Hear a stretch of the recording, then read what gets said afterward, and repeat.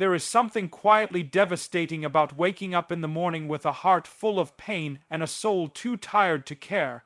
The world keeps moving, yet you remain frozen, wrapped in a cycle of suffering that no one else seems to notice. But what if I told you that your suffering wasn't just something to endure, but something to transcend? What if your pain isn't the end of the story, but the beginning of something far greater?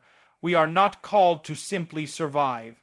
We are called to become something stronger because of what we've endured. Suffering will come uninvited, unfair, and relentless, but so will transformation if you dare to confront it. This speech is not for the faint-hearted. It's for the warriors who are tired of lying to themselves, who are ready to rise, not because life got easier, but because they got wiser. Let me show you how to transcend your suffering. The worst kind of suffering is the kind we deny.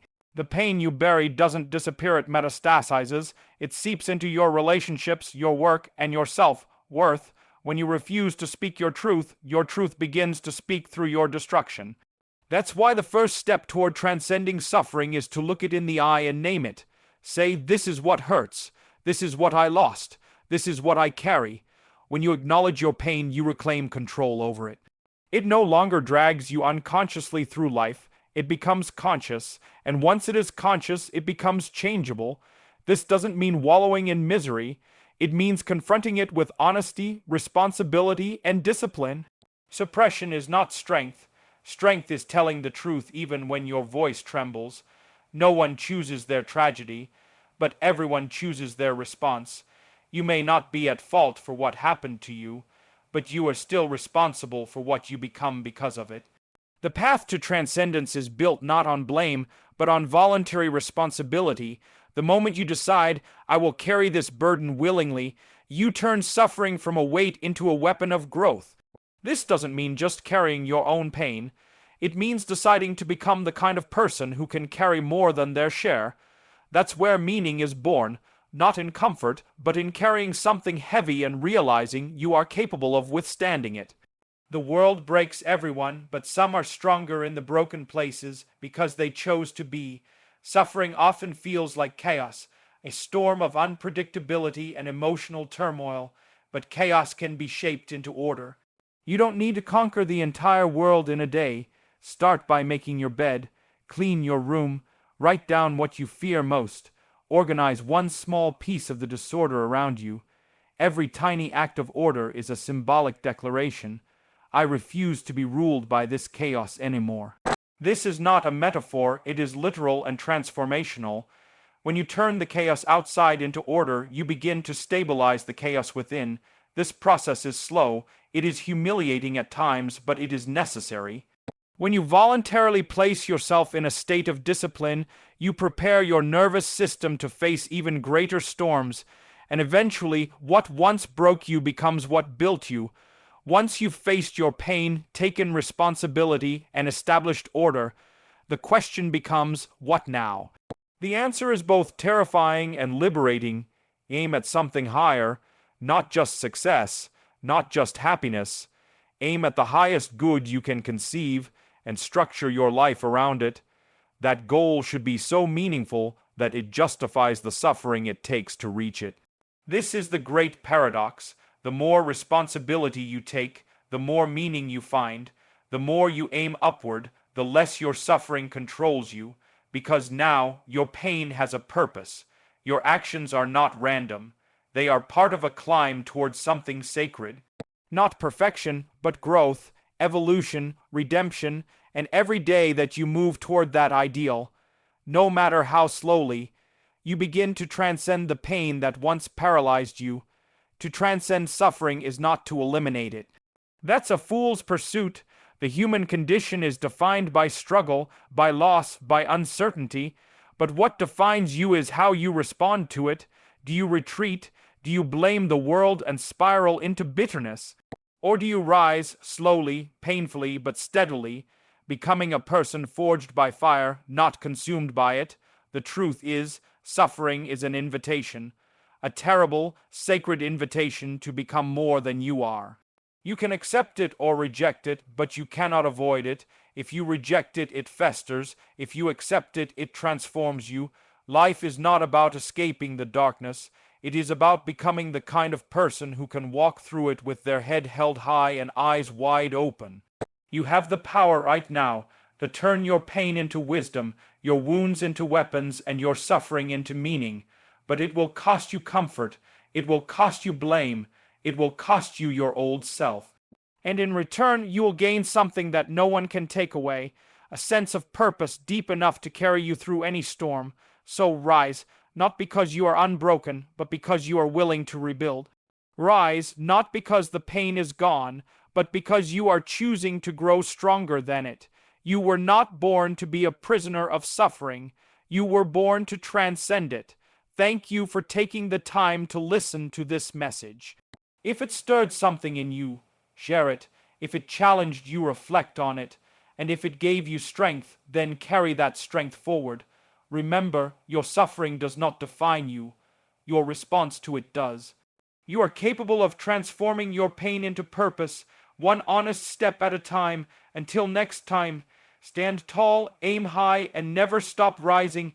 Thank you and goodbye. Let me know if you'd like the YouTube description, hashtags, keywords, or thumbnail idea for this speech too. The first and most essential step toward transcending your suffering is to give it a voice. Not a whisper, not a passing thought. An honest, full-throated voice that acknowledges its weight and complexity. Because suffering that is silenced doesn't disappear, it festers in the corners of your psyche, growing more chaotic, more poisonous, and more controlling the longer it is ignored. The pain you suppress becomes the pain that controls your decisions, shapes your fears, and sabotages your growth. And here's the difficult truth: most people aren't even aware they're carrying it. They become so accustomed to the ache in their chest, the tightness in their throat, the constant background anxiety, that they begin to think that's just how life is. But it's not. That's not living, that's enduring, and endurance without purpose eventually becomes despair. Speaking your suffering, naming it aloud or putting it into words on a page, is an act of defiance against chaos. It's not weakness, it's the first flicker of strength. When you articulate what hurts, you begin to pull it out of the fog and into focus, and when you do that, you gain clarity. You realize that your suffering is not infinite. It has shape, it has texture, it has a beginning, it has a pattern, and anything that can be described can be examined. Anything that can be examined can be challenged, and anything that can be challenged can be changed. But this requires brutal honesty. You can't sugarcoat what you feel. You can't pretend the wound isn't deep. You have to face it directly. Maybe it's the abandonment you felt as a child. Maybe it's the betrayal that shook your trust in everyone. Maybe it's the failure that crushed your sense of worth. Whatever it is, you must look at it without flinching. If you don't, it will show up somewhere else, in your relationships, your addictions, your anger, your self-sabotage. Unspoken pain always leaks out through unintended behavior. That's why the first act of transcendence isn't heroic in the traditional sense. It's often quiet, solitary, and deeply emotional. It's sitting in a room alone, finally saying, "This is what happened, this is what it did to me, this is what I've been carrying." And for many, that moment is the first time they begin to feel something new, not relief exactly, but agency. A sense that perhaps they are not entirely powerless, that perhaps with clarity comes the possibility of healing, because only when you face what hurts can you begin to transform it. Suffering in all its forms often arrives without our consent. It crashes into our lives through loss, betrayal, failure, illness, or sheer randomness, and the immediate instinctive response is often to ask, "Why me?" That question haunts people because it implies the presence of injustice or randomness that makes the pain even harder to bear. But once the initial wave of grief or shock passes, a new question must take its place if any transformation is to occur. What can I do now? This shift from asking why to ask what is the foundation of voluntary responsibility. It is the deliberate choice to pick up your suffering, not as a victim, but as a conscious participant in your own redemption.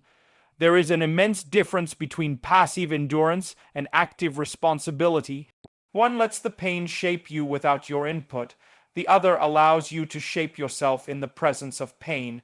Taking voluntary responsibility doesn't mean pretending you're okay or denying the severity of what you've gone through.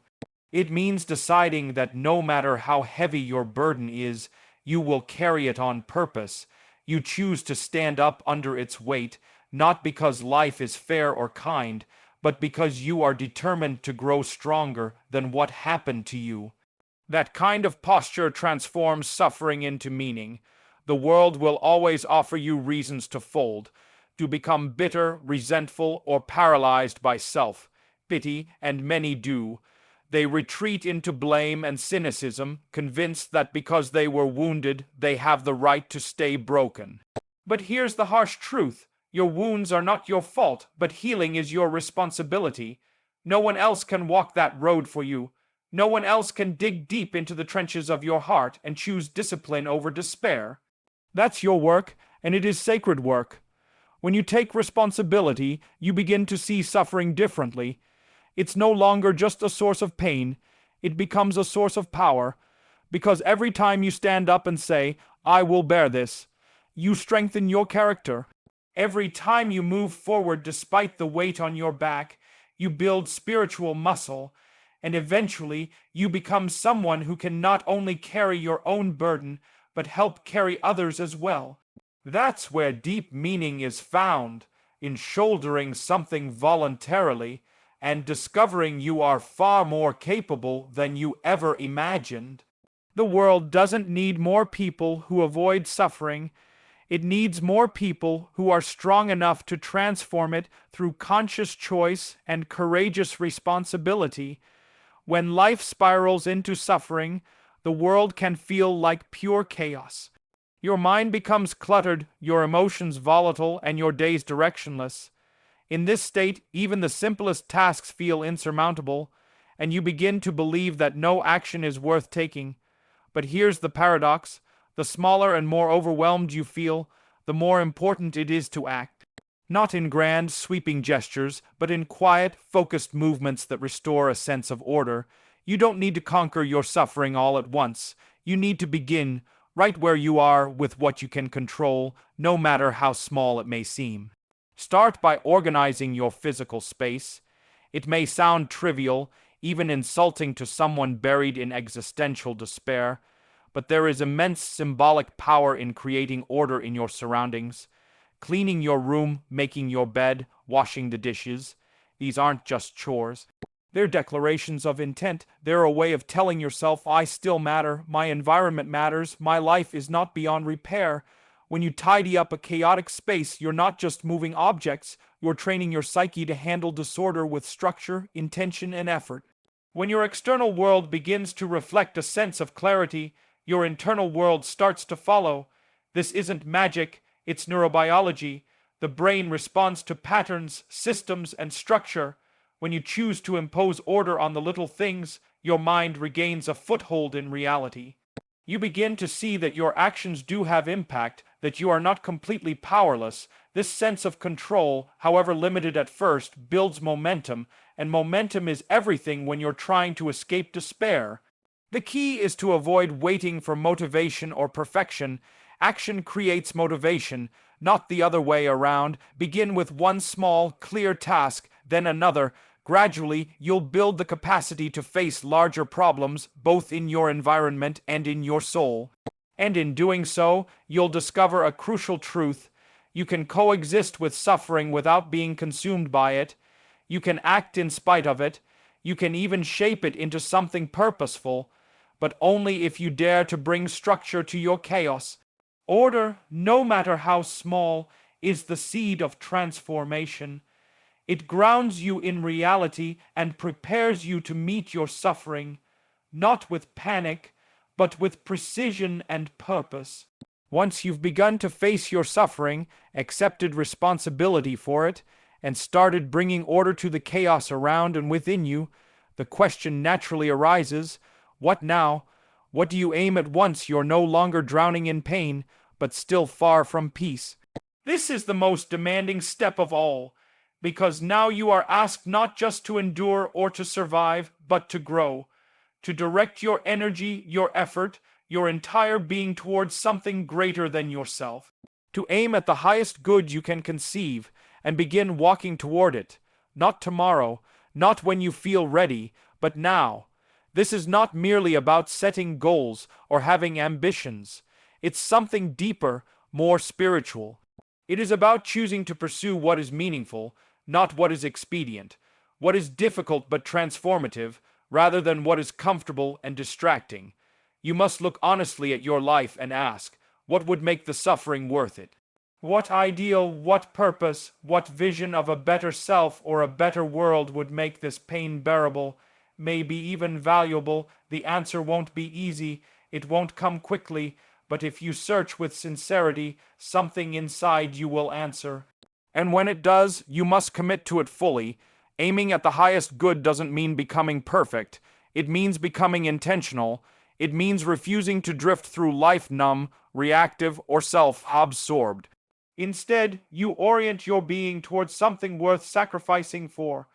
That might be becoming a better parent, healing a fractured relationship, creating something beautiful, leading with integrity, serving others, or even simply being someone who tells the truth when it's hard. Whatever it is, it must be real, it must be personal, it must matter to you so deeply that you're willing to carry your pain forward to pursue it. When you live this way, when your actions are aimed upward, you stop being the passive victim of your suffering. You become the architect of your own transformation. You no longer ask, how do I avoid pain? Instead, you ask, how can I use this pain to move closer to what matters most? That shift, though subtle, is profound. It turns your suffering into fuel, your struggle into a path, and your life into a story worth telling. The burden doesn't vanish, but it becomes purposeful. And that purpose becomes the anchor that keeps you grounded, the compass that keeps you moving, and the light that reminds you, even in your suffering, you are not lost, you are becoming. Suffering is an inescapable part of the human experience. No one is immune to it, and no life, no matter how carefully lived, can completely avoid the sting of loss, failure, or hardship. But what separates those who remain broken from those who transcend is not the intensity of their suffering, but how they choose to respond to it. The message of this speech is not that you can eliminate suffering, but that you can transform through it. That transformation doesn't begin with denial or escape. It begins with the radical act of facing what hurts and naming it, giving it form so that it no longer operates in the dark. Only then can you begin the journey of reclaiming your power from the very thing that once tried to destroy you. Taking responsibility for your suffering is perhaps the most courageous act a person can undertake. It is not about blame. It is not about pretending everything is fine. It's about choosing to carry your pain with intention rather than being dragged by it unconsciously. When you take up your burden voluntarily, you discover a strength within you that was previously dormant.